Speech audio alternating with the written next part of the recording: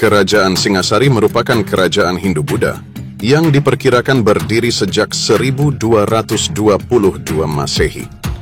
Sejarah pendirian kerajaan Singasari tidak terlepas dari kisah Ken Arok, yang merupakan pengawal dari Kediri yang kemudian mampu mendirikan kerajaan sendiri. Menurut kitab Pararton, Ken Arok lahir dari petani miskin di tepi Sungai Brantas, Jawa Timur pada tahun 1182 Masehi. Ibu dari Ken Arok merupakan istri dari seorang pembantu adipati di kerajaan Kediri bernama Gajah Para. Pada waktu Ken Arok dilahirkan, ia dibuang oleh ibunya dengan harapan ada yang mengambilnya dan akan mendapat kehidupan yang lebih baik.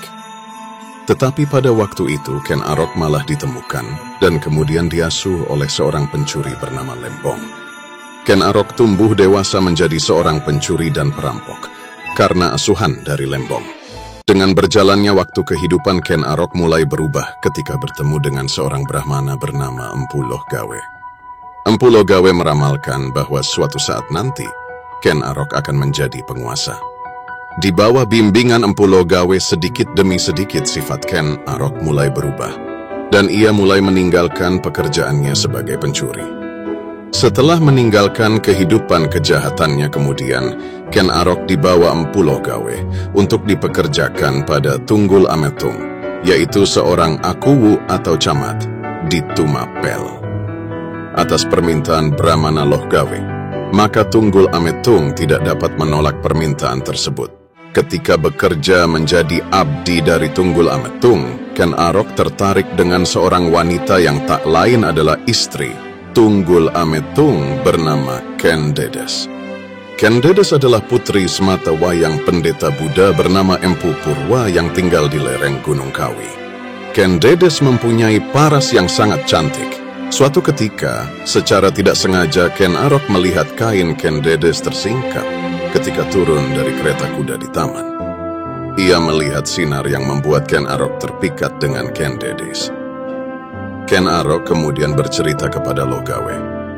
Keinginan Ken Arok semakin menguat ketika Loh Gawe menyebut bahwa Ken Dedes merupakan Nareswari, yaitu perempuan yang nantinya akan melahirkan raja-raja Jawa. Timbulan niat jahat untuk mendapatkan Ken Dedes. Mendengar niat jahat tersebut, Empu Loh Gawe sebagai seorang Brahmana tentu tidak menyetujui hal tersebut. Namun dengan tekad yang sudah bulat serta dibutakan oleh kekuasaan dan wanita, membuat Ken Arok berniat melancarkan aksinya. Guna melancarkan niat jahatnya, Ken Arok kemudian memesan sebuah keris kepada Empu Gandring. Empu Gandring menyanggupi dan menjanjikan sebuah keris sakti yang dapat membunuh Tunggul Ametung. Hanya saja memerlukan ritual khusus dan pengerjaannya memakan waktu 1 tahun. Namun, belum sampai setahun Ken Arok sudah tidak sabar dan nekat merebut keris yang belum sempurna dengan menusuk. Empu Gandring menggunakan keris yang dibuatnya hingga tewas. Dalam keadaan sekarat, Empu Gandring mengutuk bahwa keris tersebut akan membunuh 7 orang raja nantinya. Sekembalinya Ken Arok ke Tumapel, ia dengan sengaja meminjamkan keris ke Kebo Hijo. Keris tersebut dipamerkanlah Kebo Hijo ke rakyat Tumapel sebagai keris miliknya. Pada malam berikutnya, secara diam-diam Ken Arok mengambil kerisnya dari Kebo Hijo dan kemudian menyusup ke kamar Tunggul Ametung untuk membunuhnya. Keesokan harinya, Kebo Hijo didakwa membunuh Tunggul Ametung karena terbukti keris yang digunakannya menancap di mayat Tunggul Ametung. Meskipun Ken Dedes mengetahui kejadian dibunuhnya Tunggul Ametung, ia luluh akan rayuan Ken Arok. Sepeninggal Tunggul Ametung, naiklah Ken Arok menjadi akuwu Tumapel dan menikahi Ken Dedes. Ketika menikahi Ken Dedes tengah mengandung anak dari Tunggul Ametung yang kemudian diberi nama Anusapati. Ambisi Ken Arok tidak hanya sebatas merebut Tumapel. Pada tahun 1222 Masehi, Ken Arok melakukan pemberontakan terhadap Raja Kertajaya dari Kediri dalam pertempuran Ganter.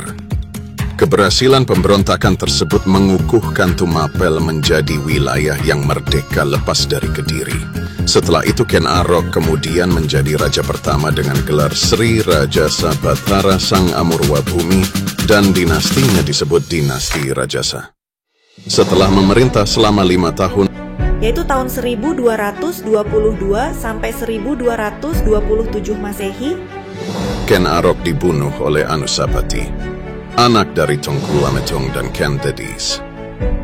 Anusapati yang telah lama curiga terhadap Ken Arok mendapatkan kebenarannya dari Ken Dedis bahwa ayah kandungnya, Tengku Lametung, dibunuh oleh Ken Arok.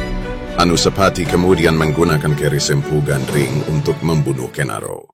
Keturunan dari perkawinannya dengan Ken Dedis, Ken Arok mempunyai 4 orang anak, yaitu Mahisa Wongateleng, Apanji Saprang, Aknibaya, dan Dewi Rumbu.